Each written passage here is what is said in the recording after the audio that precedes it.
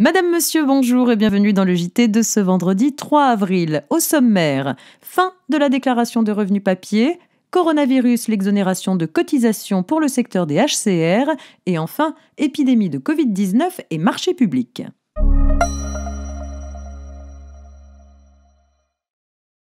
Et c'est donc la fin de la déclaration de revenus papier qui ouvre cette édition. En effet, à partir de cette année, les contribuables qui ont déclaré leurs revenus 2018 en ligne ne recevront plus de déclaration pré-remplie sous format papier et ce sans démarche particulière de leur part. Toutefois, les personnes, notamment qui se trouvent dans l'impossibilité de réaliser cette année leur démarche en ligne, pourront obtenir auprès de leur centre des impôts une restitution de leur déclaration pré-remplie ainsi que les documents nécessaires à un dépôt sous format papier, le cas échéant.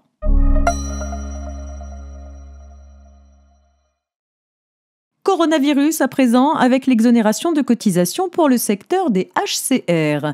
Les partenaires sociaux de la branche hôtel, café, restaurant ont décidé d'exonérer de cotisations santé et prévoyance les salariés et les employeurs pour le deuxième trimestre 2020 afin de les accompagner face à l'épidémie de coronavirus.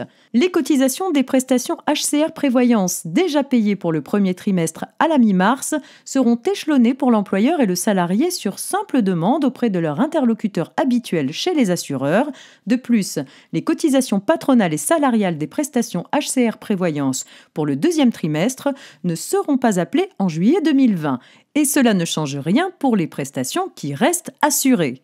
À noter également que le Fonds d'action sociale de la branche est réactivé pour accompagner les salariés en difficulté avec un budget exceptionnel de 1 million d'euros.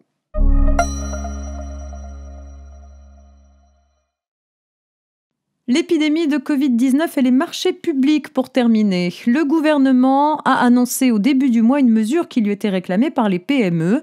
L'État considère désormais le coronavirus comme un cas de force majeure pour ses marchés publics. Cela signifie qu'en cas de retard de livraison, l'État n'appliquera pas de pénalité. Un courrier sera d'ailleurs adressé aux entreprises pour les informer de cette décision. Le ministre de l'Économie doit également inviter les différentes associations de collectivités locales, l'Association des maires de France, Régions de France ou Accueil des villes françaises, à en faire de même dans les marchés publics des collectivités locales.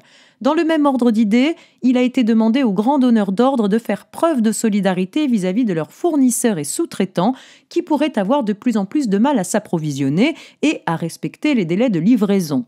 Complétant cette annonce, la toute récente loi d'urgence pour faire face à l'épidémie de Covid-19 habilite le gouvernement à prendre dans les 3 mois des ordonnances visant à adapter les règles de paiement, d'exécution et de résiliation des marchés publics, notamment sur les contrats en cours et les pénalités contractuelles. C'est la fin de cette semaine de JT préparée par la rédaction de la Revue Fiduciaire. Je vous souhaite un très bon week-end et on se retrouve dès lundi.